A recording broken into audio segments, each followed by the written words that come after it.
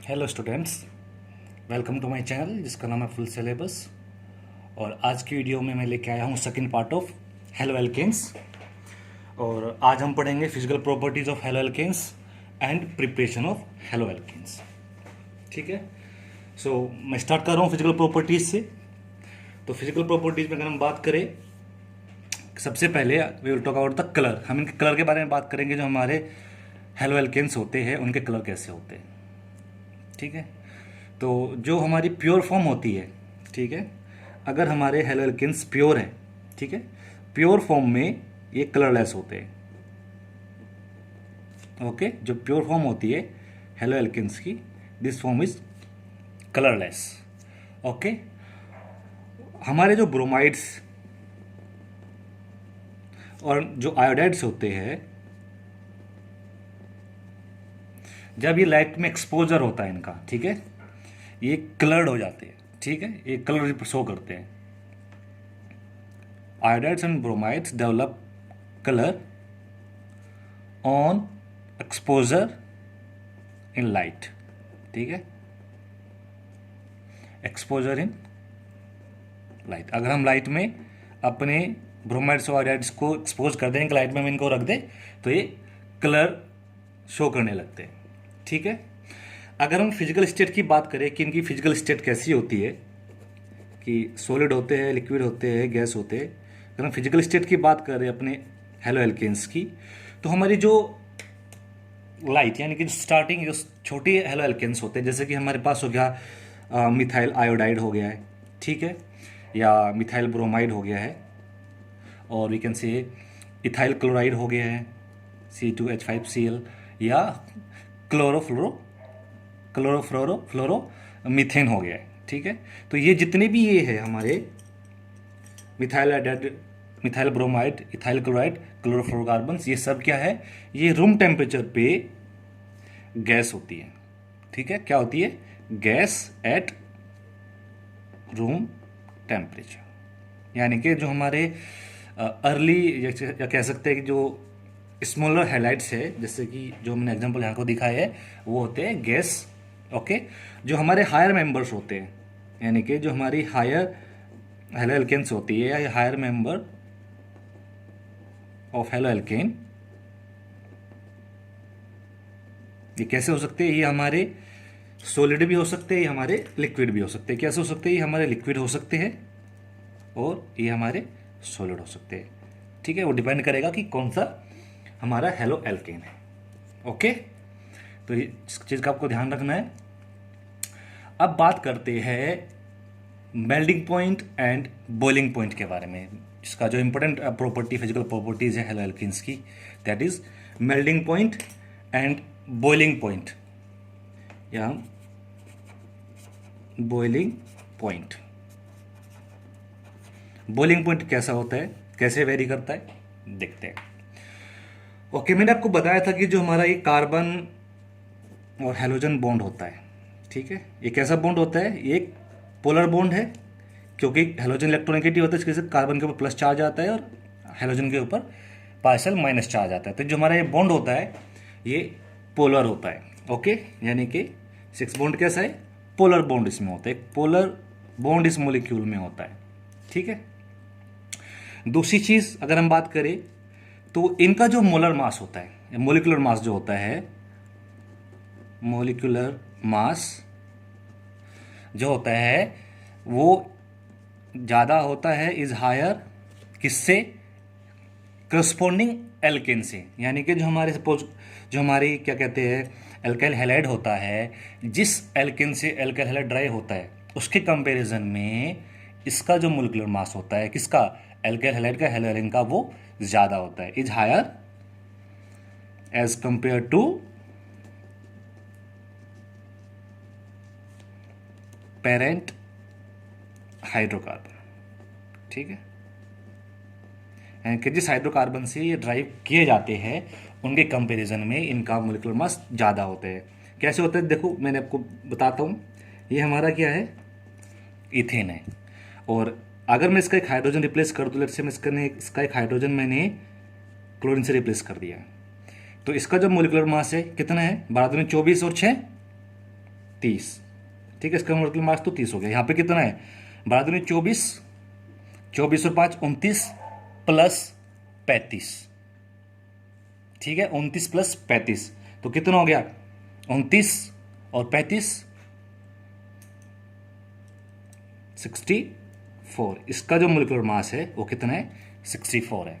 Okay, एक चीज, दूसरी चीज क्या होती है, क्योंकि कार्बन और हेलोजन का जो बीच का जो बॉन्ड है ये पोलर बॉन्ड है, तो इन मोलिक्यूल्स में जो हैलाइड्स होते हैं इसमें डाइपोल डाइपोल इंटरेक्शन होता है, ठीक है। तीसरा पॉइंट क्या होता है इनमें, डाइपोल डाइपोल इंटरेक्शन होता है, ठीक है। अभी डाइपोल डाइपोल इंटरेक्शन कैसे दिखता है, डाइपोल डाइपोल इंटरेक्शन कुछ इस तरह से होता है, जैसे कि कार्बन है, इसके हेलोजन अटैच है यहाँ पे, इसके ऊपर partial negative charge partial positive charge, तो इसका हेलोजन का कार्बन के साथ इंटरेक्शन, और ये जो इस तरह का जो इंटरेक्शन होता है हम इसको बोलते हैं डाइपोल डाइपोल इंटरेक्शन, यानी कि प्लस माइनस के बीच का जो इंटरेक्शन होता है। इसको आगे आप ऐसे बढ़ा सकते हो, कार्बन हेलोजन, ठीक है, partial plus charge partial minus charge, फिर इसका आप ऐसे बढ़ दो एक्स सी, ये इसका यहाँ पे इंटरेक्शन, इसका यहाँ पे interaction, partial minus charge plus, ठीक है, ये डाइपोल डाइपोल इंटरेक्शन इसमें होता है। तीसरी चीज़ क्या होता है कि इसके केस में यहाँ पे जो हमारे हेलो एल्केन्स होते हैं, ओके, हेलो एल्केन्स, नंबर 4, जो वंडरवॉल इंटरेक्शन जो होता है हेलो एल्केन के केस में क्या होता है, इज हायर, ज़्यादा होता है। क्यों ज़्यादा होता है, क्योंकि इसका क्या है, मोलिकुलर मास ज़्यादा है। ओके, अब क्योंकि इसमें डाइपोल डाइपोल इंटरेक्शन है, वंडरवॉल फोर्स इंटरेक्शन जो होते हैं वो ज़्यादा होते हैं, जिसकी वजह से जो बॉइलिंग पॉइंट होता है, जो बॉइलिंग पॉइंट होता है एल्काइल हैलाइड का, ठीक है, एल्काइल हैलाइड का जो बॉइलिंग पॉइंट होता है वो ज़्यादा होता है बॉइलिंग पॉइंट से, किसके बॉइलिंग पॉइंट से, करस्पॉन्डिंग हाइड्रोकार्बन,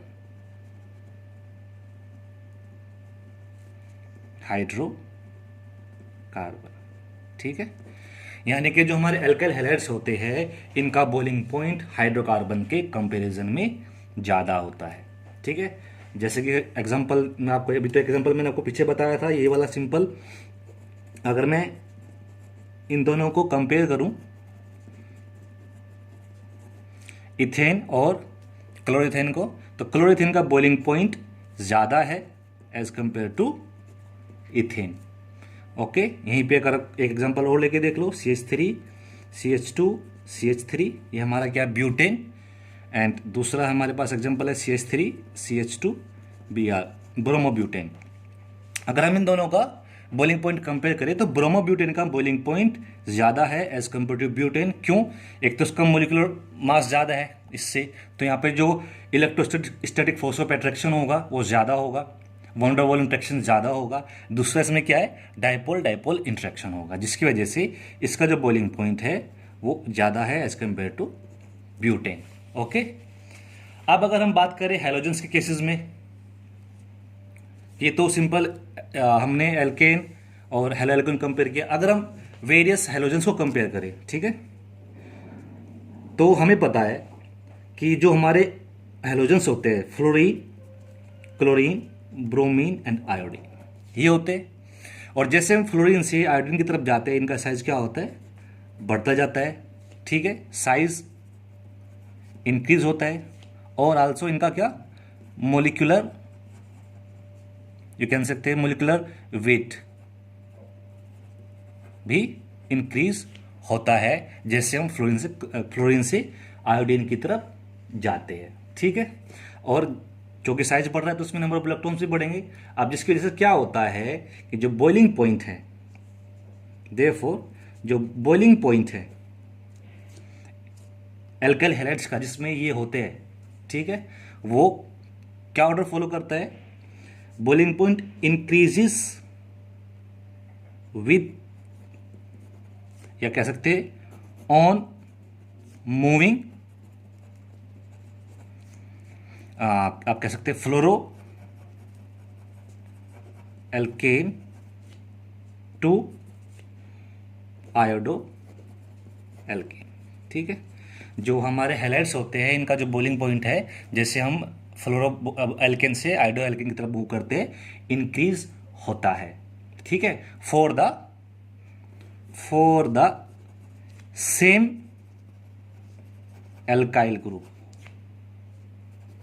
ठीक है, for the same alkyl group. ऐसा क्यों होता है? क्योंकि जैसे हम फ्लोरीन से आयोडीन की तरफ बढ़ते हैं तो साइज इंक्रीज होता है, मोलिकुलर वेट इंक्रीज होता है और one double force of attraction increase होते हैं। तो यहाँ पे जो ऑर्डर बनेगा तो हम उसको कुछ इस तरह से दिखा सकते हैं कि आर आई का बॉइलिंग पॉइंट सबसे ज़्यादा, उसके बाद आर बी आर का, उसके बाद आर सी एल का, उसके बाद आर एफ का। ठीक है, ये हमारा क्या हो गया? बॉइलिंग पॉइंट ऑर्डर हो गया। ओके, ठीक है, सिंपल सी चीज़ है, बस आपको देखना जिसमें आयोडीन लगा हुआ है उसका बॉइलिंग पॉइंट ज़्यादा है प्रोपीन वाले से। ओके, एक और आपने पहले भी पढ़ा होगा कि जैसे ब्रांचिंग इंक्रीज होती है, ठीक है, जैसे ब्रांचिंग इंक्रीज होती है तो सरफेस एरिया क्या होता है मॉलिक्यूल का? डिक्रीज होता है। जब सरफेस एरिया डिक्रीज होता है तो wonder wall force of attraction क्या होता है? वीक होता है, या वो जो क्या होता है? डिक्रीज होता है, जिसकी वजह से बॉइलिंग पॉइंट भी डिक्रीज होता है। ठीक है, तो यहां हम लिख सकते हैं with increase in branching the boiling point of haloalkanes decreases because surface area decreases and hence जो वंडरवॉल फोर्स होगा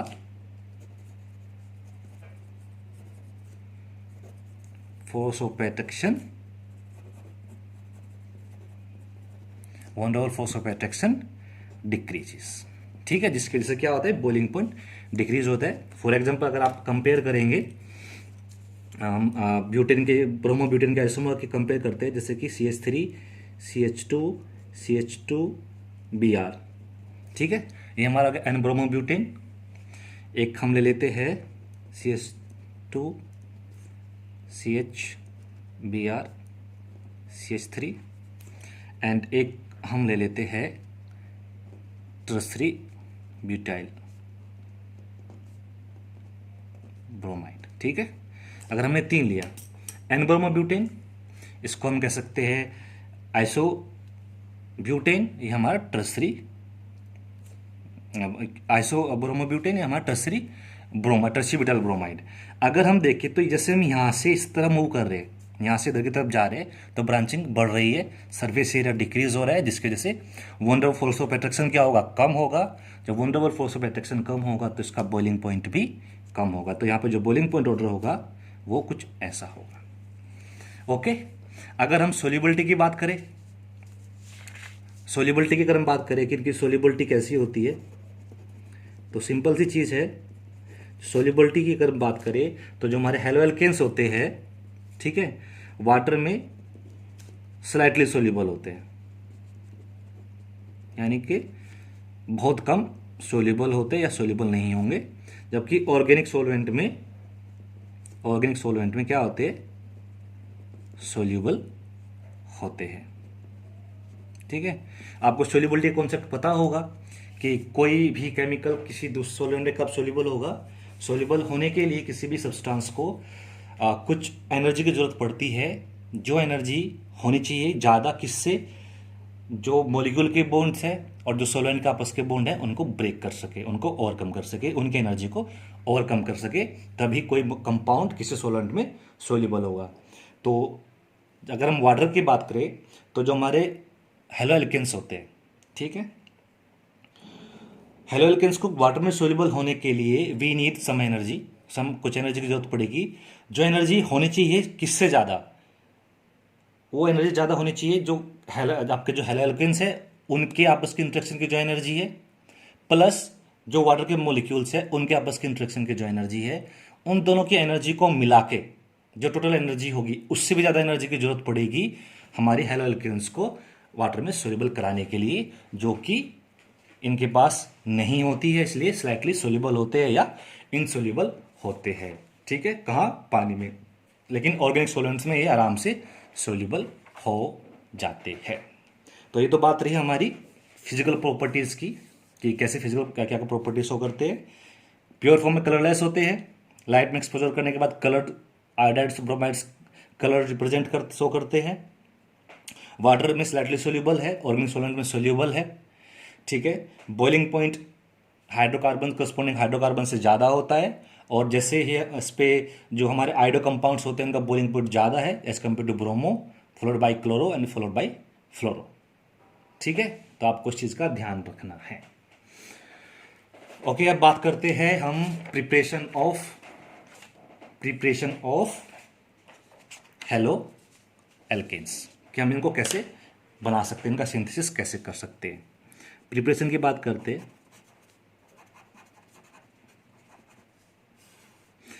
कई मेथड्स है जिससे हम इनको हेलो एल्केन्स को प्रिपेयर कर सकते हैं। जो सबसे पहला मेथड है, हम एल्कोहल से इनको बना सकते हैं, फ्रॉम एल्कोहल।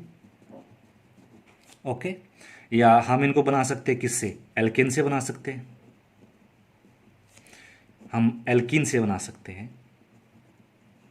ठीक है, और हम क्या कर सकते हैं? एक्सचेंज रिएक्शंस कर सकते हैं। एक्सचेंज रिएक्शंस हम कैरी कर सकते हैं। ठीक है, तो वन बाय वन हम इन रिएक्शंस को पढ़ेंगे। एक्सचेंज रिएक्शंस में दो रिएक्शंस होती है, आपकी फिंकलिस्टन रिएक्शन होती है और एक स्वाट रिएक्शन होती है। तो वन बाय वन स्टार्ट करते हैं। तो सबसे पहले स्टार्ट करते हैं फ्रॉम एल्कोहल, कि एल्कोहल से हम कैसे बना सकते हैं। फ्रॉम एल्कोहल बहुत इंपॉर्टेंट मेथड है एल्केन बनाने का, सॉरी एल्काइल हैलाइड बनाने का एल्कोहल से। सो ये जो मेथड है, सबसे पहले ये होती है रिएक्शन बिटवीन एन एल्कोहल। हमारे पास कोई एल्कोहल है, अगर आप उसकी रिएक्शन कराते हैं किसी हाइड्रोजन हैलाइड से इन प्रेजेंस ऑफ जिंक क्लोराइड, तो हमें क्या मिलता है? करस्पॉन्डिंग एल्काइल हैलाइड मिलता है और यहाँ से वाटर रिलीज होता है। ओके, एक तो ये मेथड होगा। एल्कोहल की कोई भी एल्कोहल लो, उसकी रिएक्शन करा दो किसी भी एल्काइल हैलाइड से, तो करस्पॉन्डिंग हाइड्रोजन हैलाइड से रिएक्शन कराओ करस्पॉन्ड किसी भी, तो करस्पॉन्डिंग हमें क्या मिलेगी? एल्काइल हैलाइड मिलेगा ना। इफ जो HX हमारा है वो HCl है और हमारा कैसा कॉन्क HCl है, और जो हमारा कैटलिस्ट है जिंक क्लोराइड वो हमारा कैसा है? एनहाइड्रस जिंक क्लोराइड है। तो ये जो कॉम्बिनेशन होता है कॉन्क HCl और जिंक एनहाइड्रस जिंक क्लोराइड का, हम इसको बोलते हैं लुकास रिएजेंट। ठीक है, लुकास रिएजेंट। और हम इसको इसके साथ जो रिएक्शन होगी, जो इस तरह से रिएक्शन होती है हमारी R एल्कोहल की विद HCl, ठीक है, conc HCl in presence of anhydrous zinc chloride, it gives corresponding chloroalkane and water. ठीक है, इसको हम लुकास टेस्ट बोलते हैं। इस रिएक्शन को हम क्या बोलते हैं? ये एक लुकास टेस्ट होता है। ठीक है, इस टेस्ट की सिग्निफिकेंस क्या है? इस टेस्ट की सिग्निफिकेंस ये है कि लुकास टेस्ट का जो यूज होता है, it is used to distinguish between primary, secondary and tertiary alcohols. ठीक है, लुकास रिएक्शन या लुकास टेस्ट या जो लुकास रिएजेंट होता है वो यूज होता है to distinguish between primary, secondary and tertiary alcohol. अब कैसे डिस्टिंग्विश करते हैं? अगर हमारे पास प्राइमरी एल्कोहल है, ठीक है, प्राइमरी एल्कोहल है, और आप इसमें क्या है? इसमें आप डालते हैं कॉन्क HCl आप इसमें डालते हैं और एनहाइड्रस जिंक क्लोराइड इसमें डालते हैं, तो यहाँ पे कोई भी नो PPT, कोई भी PPT नहीं बनता। या अगर PPT बनता है तो आप इसको अगर 30 मिनट्स हीट करेंगे, उसके बाद कोई PPT फॉर्म होता है इसमें। ठीक है, लेकिन अगर हमारे पास क्या है? सेकेंडरी एल्कोहल है, और सेकेंडरी एल्कोहल में आप डाल रहे हैं अपना conc HCl and anhydrous zinc chloride, तो क्या होता है कि ये 10 मिनट में, 10 से 15 मिनट में ही रूम टेम्परेचर पे टर्बिड सॉल्यूशन बनाता है, ठीक है, टर्बिडिटी आ जाती है, टर्बिडिटी और पीपीटी बन जाता है, यानी कि प्रेसिपिटेट बन जाता है। और अगर वहीं पे आपके पास टर्सरी अल्कोहल हो, अगर आपके पास वहीं पे टर्सरी अल्कोहल है और आप उसमें इलुकास रेजेंट डालते हैं, जो आपका कॉन्क HCl है एंड एनहाइड्रस जिंक क्लोराइड है, तो इंस्टेंट प्रेसिपिटेट बनता है, इंस्टेंट प्रेसिपिटेट फॉर्मेशन होती है। तो हम अपने लुकास रिएजेंट को यूज करके इस तरीके से primary, secondary and tertiary alcohols में डिफ्रेंशिएट भी कर सकते हैं, ठीक है। प्राइमरी अल्कोहल इंस्टेंट रिएक्शन करके, sorry tertiary alcohol instant reaction करके प्रेसिपिटेट बनाएगा। अगर सेकेंडरी अल्कोहल होगा तो क्या करेगा, 10 से 15 मिनट में से पीपीटी बनेगा रूम टेम्परेचर पे। और अगर हमारे पास प्राइमरी अल्कोहल होगा तो उसमें रूम टेम्परेचर पे कोई भी पीपीटी नहीं बनेगा, और अगर पॉसिबिलिटी हुई तो 30 मिनट्स आप उसको हीट करने के बाद उसमें पीपीटी फॉर्मेशन देख सकते हैं। तो इस तरह से लुकास रिएजेंट का यूज़ करके हम डिस्टिंग्विश कर सकते हैं between primary, secondary and tertiary alcohols. अब बात ये आती है कि ऐसा क्यों, कि टर्सरी तो इंस्टेंट कलर दे रहा है, प्रेसिपिटेट बना दे रहा है, लेकिन सेकेंडरी में कुछ टाइम लग रहा है, प्राइमरी देता ही नहीं है। इसका रीज़न ये है, the explanation is stability of carbocation, ठीक है, इंटरमीडिएट, यानी कि इस रिएक्शन में जो कार्बोकटायन इंटरमीडिएट बनेगा उसकी स्टेबिलिटी पर डिपेंड करता है इसका एक्सप्लेनेशन। अगर हमारे पास टर्सरी अल्काइल हैलाइड है, ठीक है, और जब हमारा टर्सरी अल्काइल हैलाइड रिएक्शन करेगा, सॉरी टर्सरी, अगर हमारे पास टर्सरी अल्कोहल है, ठीक है, जब हम इसकी रिएक्शन कराते हैं जिंक क्लोराइड के साथ में, ये सबसे पहले एक कॉम्प्लेक्स बनाता है कुछ इस टाइप से, Cl2, उसके पास प्लस चार्ज, इसके ऊपर माइनस चार्ज, एक कॉम्प्लेक्स बनेगा, और यहाँ से जो मिलेगा we will get a tertiary carbocation plus ZnCl2OH, ये हमें मिलता है, टर्सरी कार्बोकटायन बनता है।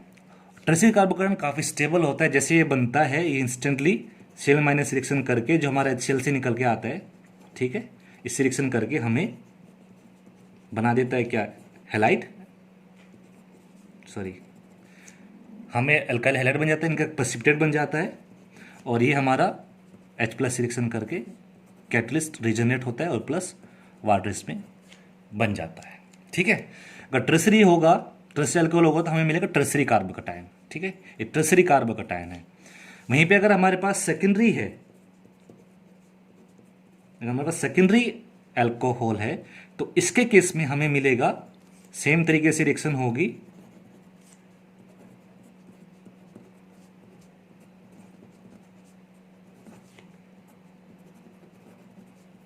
It will give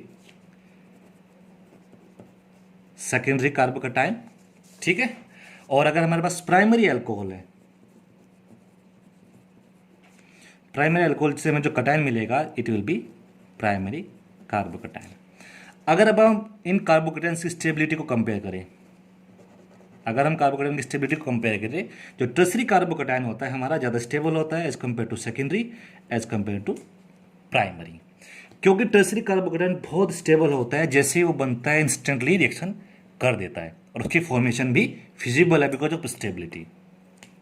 secondary carbocation थोड़ा कम स्टेबल होता है तो उसकी जो फॉर्मेशन है उतनी ही कम होती है, उसकी जो फिजिबिलिटी है फॉर्म होने की वो फिजिबिलिटी थोड़ी कम होती है। और जो हमारा प्राइमरी कार्बोकटायन है वो जनरली रूम टेम्परेचर पे नहीं बनता है, ठीक है, जिसकी वजह से उसके केस में रूम टेम्परेचर पे कोई प्रेसिपिटेट नहीं आता है, या प्रेसिपिटेट आता है तो कब आता है, हीट करने पे आता है, ठीक है। तो ये इसका रीजन है स्टेबिलिटी ऑफ कार्बोकटायन की, ऐसा क्यों होता है। ये तो एक मेथड था अल्कोहल से हम कैसे बना सकते हैं अल्काइल हैलाइड। और भी मेथड्स है जहाँ पे हम अल्कोहल का यूज करके क्या बना सकते हैं, अल्काइल हैलाइड बना सकते हैं। जैसे कि अगर हमारे पास अल्कोहल है और इसकी रिएक्शन हम कर दे Na सोडियम ब्रोमाइड के साथ में, और यहाँ पे हम कोई एसिड ले दे जैसे कि H2SO4, सो यहाँ पे भी हमें क्या मिल जाएगा, करस्पॉन्डिंग क्योंकि हमने NaBr लिया तो हमें यहाँ पे RBr मिलेगा, प्लस सोडियम हाइड्रोजन सल्फेट बनेगा इसमें, और क्या बनेगा इसमें, वाटर में रिलीज हो जाएगा।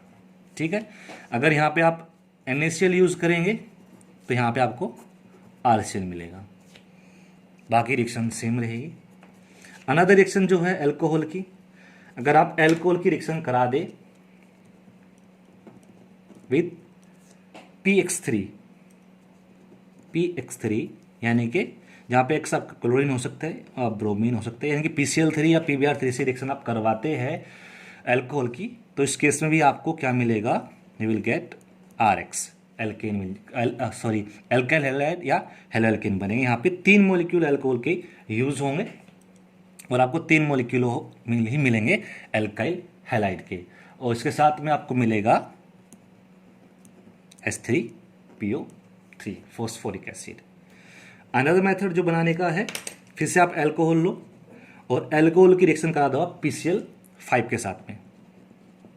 PCl5 के साथ में अगर आप रिएक्शन करा देंगे, यहाँ पे भी आपको मिल जाएगा RCl, okay, then you will get POCl3 and HCl। इसके अलावा अगर आपके पास अल्कोहल है और आप अल्कोहल की रिएक्शन कराते हैं किसके साथ में, रेड फॉस्फोरस के साथ में, ठीक है, रेड फॉस्फोरस प्लस आपके पास कोई हैलाइड है, डाई हैलाइड, क्लोरीन हो या ब्रोमीन हो, जहाँ पे क्या हो सकता है आपके पास आयोडीन हो, sorry it can be your bromine और क्लोरीन, एक्स जो है आपका क्लोरीन हो सकता है, ब्रोमीन हो सकता है, या आप इसको क्या आयोडीन भी रख सकते हैं। In this case you will get RX depending upon आपने कौन सा यूज किया है। एक रिएक्शन और है, अगर आप अल्कोहल की रिएक्शन करा दे विथ थायोनाइल क्लोराइड, ठीक है, जिसको हम बोलते हैं SOCl2, थायोनाइल क्लोराइड बोलते हैं। अगर आप इसके साथ रिएक्शन करा दे then you will get RCl plus इसमें SO2 बनती है गैस प्लस HCl, ठीक है, इसमें ये गैसेस बनती हैं, रिलीज होती है। लेकिन ये जो मेथड है थोड़ा सा हार्मफुल है, टॉक्सिक मेथड है, बिकॉज इसमें टॉक्सिक गैसें जैसे कि HCl और SO2 रिलीज हो रही है, तो इस मेथड को जनरली अवॉइड ही करना बेटर है। और जो थायोनाइल क्लोराइड होती है ये भी जो होता है हमारा काफ़ी टॉक्सिक होता है, जैसे आप इसकी बोतल को ओपन करेंगे तुरंत फ्यूम्स निकलना स्टार्ट हो जाती है, और आपको इसमें एनहाइड्रस कंडीशंस की जरूरत पड़ती है इसके केस में। ओके, तो इस मेथड को कॉमनली यूज नहीं करते क्योंकि ये थोड़ा टॉक्सिक मेथड होता है। टॉक्सिक मेथड क्यों होता है, क्योंकि इसमें टॉक्सिक गैसेज रिलीज होती है और हमें इसमें थोड़ी एक्स्ट्रा प्रिकॉशन लेनी पड़ती है। एक्स्ट्रा प्रिकॉशन क्या है कि हमें इसके केस में एनहाइड्रस कंडीशन को यूज करना पड़ता है, ठीक है। ओके, अब बात करते हैं फ्रॉम एल्केन की, हम एल्केन से कैसे बना सकते हैं, ठीक है। दूसरा जो मेथड था सेकंड हमारा क्या था, फ्रॉम एल्केन, सिंपल मेथड है। आप कोई भी एल्केन ले लो, जैसे कि मैं यहाँ पे RCH2 और CH3 मैंने ये एल्केन लिया और मैं इसकी रिएक्शन करा दूँ with chlorine, okay, in presence of UV light और हीट, तो you will get corresponding CH2 CH3 Cl plus RCH CH3 Cl, you will get corresponding halo compounds, okay. Alkane से बना सकते हैं। नंबर थर्ड मेथड जो उसको बनाने का नेक्स्ट जो मेथड है दैट इज फ्रॉम एल्किन, कि हम एल्किन से कैसे बना सकते हैं, हम एल्किन से ही बना सकते हैं। How we can prepare from alkene. Number third, alkene आपने सब पढ़ा है, एल्किन से कैसे बनाते हैं ये भी आप पहले पढ़ के आए हो, और एल्किन से कैसे बनाते हैं ये भी आपने पहले पढ़ा होगा। तो एल्किन से बनाने के दो तरीके हैं, एल्किन से बनाने के 2 तरीके हैं। एक तो होगा कि आप विद HBr और आप HX लिख सकते हैं, ठीक है, एक तो ये रिएक्शन है। दूसरी रिएक्शन विद Br2 और Cl2, 2 तरीके हैं, ओके, एल्कीन से बनाने के। तो सबसे पहले हम देखते हैं इसमें भी विद HX, ठीक है, अगर हम HX यूज़ कर रहे हैं यहाँ पे, जो HX आपका क्या हो सकता है, HX हो सकता है आपका HCl हो या HBr, कॉमनली ये यूज़ करते हैं, और सबसे ज़्यादा तो हमारा HBr यूज़ होता है। तो मैं HBr से एग्जांपल लेता हूँ। अगर हमारे पास कोई एल्कीन है और हम उसकी रिएक्शन कराते हैं with hydrogen bromide HBr, so it gives us corresponding bromo alkene. ठीक है, अगर हमारी सिमेट्रिक एल्कीन है, ये एल्कीन जो है सिमेट्रिक है, यहाँ पे कोई प्रॉब्लम नहीं है। लेकिन अगर हमारी अनसिमेट्रिकल एल्कीन हो, ठीक है, और इसके हम रिएक्शन HBr के साथ करें, तो यहाँ पे थोड़ी सी प्रॉब्लम आ जाती है। प्रॉब्लम ये आ जाती है कि देखो सिमेट्रिक एल्कीन है तो ये ब्रोमीन यहाँ पे जाए, कोई प्रॉब्लम नहीं है। लेकिन जब अनसिमेट्रिकल एल्कीन आ जाती है तो तब इसके पास रिस्ट्रिक्शंस आ जाती है कि ब्रोमीन यहाँ पे अटैच होगा कि यहाँ पे अटैच होगा। ठीक है, अब ये कैसे होगा? तो आपने एक रिएक्शन पढ़ी होगी पहले भी, ठीक है, मार्कोनिकॉफ रूल पढ़ा होगा। मार्कोनिकॉफ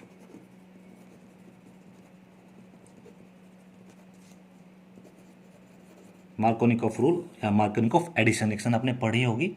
ये क्या कहता है? According to this rule, in case of unsymmetrical alkene, ठीक है, when alkene which is unsymmetrical is treated with HBr, यानी कि जब हम अनसिमेट्रिकल एल्कीन की रिएक्शन कराते हैं HBr के साथ में, तो जो HBr का जो हाइड्रोजन होता है वो एल्कीन के उस कार्बन पे अटैच होता है जहाँ पे ज़्यादा नंबर ऑफ हाइड्रोजन होते हैं, जो कि आपका क्या होता है, लेस सब्स्टिट्यूटेड कार्बन होता है। ठीक है, यानी कि अगर हम इस एल्कीन को देखें तो इसमें एक कार्बन ये है, एल्कीन वाला, एक कार्बन ये है, तो इन दोनों में जो लेस सब्स्टिट्यूटेड कार्बन है वो ये वाला कार्बन है। ओके, एक कार्बन जो हमारा लेस सब्स्टिट्यूटेड है, यानी कि इस पे 2 हाइड्रोजन अटैच है, इस कार्बन पे एक हाइड्रोजन एक अल्काइल ग्रुप अटैच है, ये हमारा मोस्ट सब्स्टिट्यूटेड एल्कीन है, और सॉरी कार्बन है। तो एज पर मार्कोनिकॉफ रूल ये जो हाइड्रोजन है, ये हाइड्रोजन इस वाले कार्बन पे अटैच होगा, और जो ब्रोमीन है ये हमारा इस वाले कार्बन पे अटैच होगा, और जो प्रोडक्ट बनेगा, जो हमारा मेजर प्रोडक्ट होगा, वो ये होगा। ठीक है, मेजर प्रोडक्ट। एंड ऑब्वियसली इसमें थोड़ा बहुत जो है दूसरा वाला जो प्रोडक्ट है वो भी बनता है। कौन से वाला? CH2Br, ये भी बनता है, थोड़ा सा माइनर प्रोडक्ट बनता है। अब ऐसा क्यों होता है? ठीक है, ऐसा क्यों होता है? अगेन इसका जो आंसर है वो डिपेंड करता है किस पे? स्टेबिलिटी ऑफ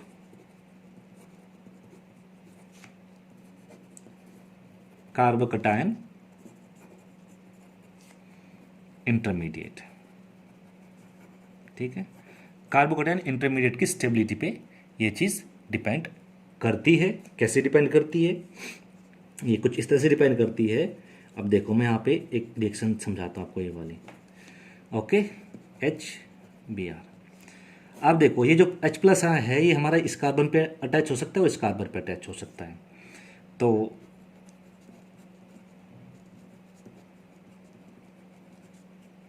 जब ये जो हाइड्रोजन है इस कार्बन पे अटैच होगा तो ये वाला कार्बोकैटायन बनेगा, और जब ये हाइड्रोजन इस कार्बन पे अटैच होगा तो जो कार्बोकैटायन बनेगा वो ये वाला कार्बोकैटायन बनेगा।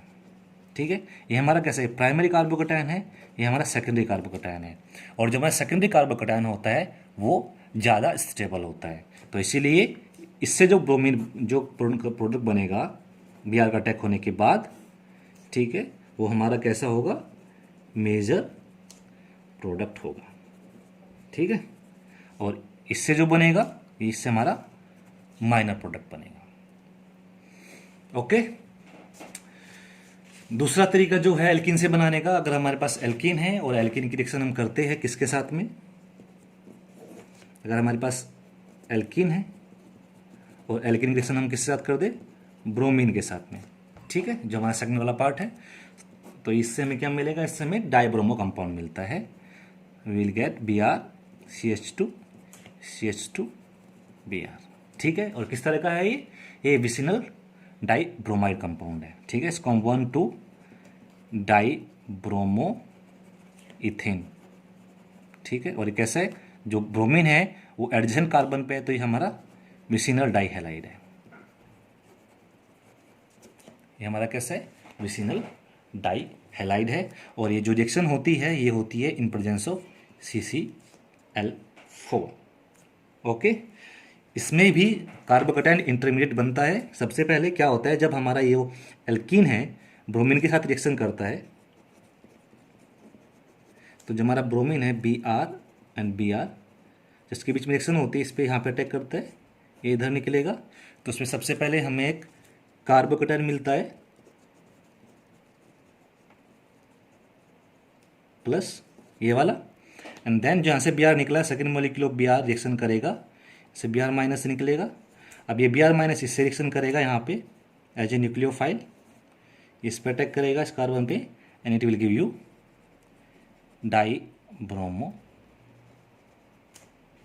Dibromo alkane. ओके, तो ये एल्कीन से हम इस तरह से एल्कीन के बनाने के दो तरीके हो गए, एक तो मार्कोनिकोव रूल हो गया और दूसरा हो गया with Br2, reaction with Br2। Anti Markovnikov rule भी फॉलो होता है, अगर हम प्रोक्साइड यूज कर दें तो वहाँ पे क्या होगा, एंटी मार्कोनिकोव रूल भी फॉलो होता है। लास्ट मेथड रह गया, that is the exchange method. Number 4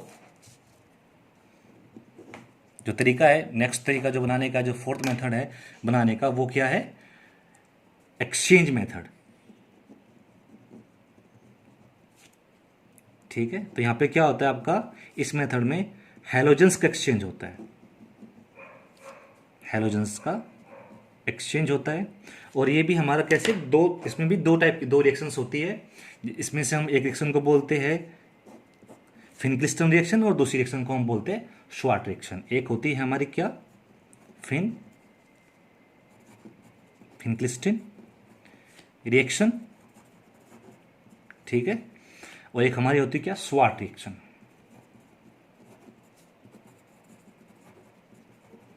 जो हमारी फिनक्लिस्टन रिएक्शन होती है, इसमें हमारे बनते हैं क्या, ये आयोडो एल्केन बनता है। इसमें आयोडो एल्केन बनाने का एक मेथड है ये। और जो श्वार्ट रिएक्शन है, ये हमारा फ्लोरो एल्केन बनाता है। इसमें हम क्या बनाते हैं, फ्लोरो एल्केन हम इसमें बनाते हैं। ठीक है, कैसे बनाते हैं तो देखते हैं। सबसे पहले हम देखते हैं क्या, फिनक्लिस्टन मेथड को। फिनक्लिस्टन रिएक्शन में क्या होता है, फिनक्लिस्टन रिएक्शन में अगर हमारे पास कोई भी एल्काइल ब्रोमाइड या एल्काइल क्लोराइड है, ठीक है, एल्काइल क्लोराइड या एल्काइल ब्रोमाइड है, और हम इसकी रिएक्शन करा दे with sodium iodide in dry acetone, तो क्या होता है, ये जो हमारा एक्स है, यानी कि जो क्लोरीन और ब्रोमीन है, इनका एक्सचेंज हो जाता है विद आयोडीन, और हमें मिलता है iodo alkane, and along with this get we will get NaX, यानी कि यहाँ पे हेलोजेंस का एक्सचेंज हो जाता है। और अगर हम श्वार्ट रिएक्शन की बात करें, श्वार्ट रिएक्शन में क्या होता है, श्वार्ट रिएक्शन में हमारे क्या बनते हैं, फ्लोरो एल्केन बनते हैं। तो यहीं पे अगर हम अपना कोई भी एल्काइल क्लोराइड एल्काइल ब्रोमाइड ले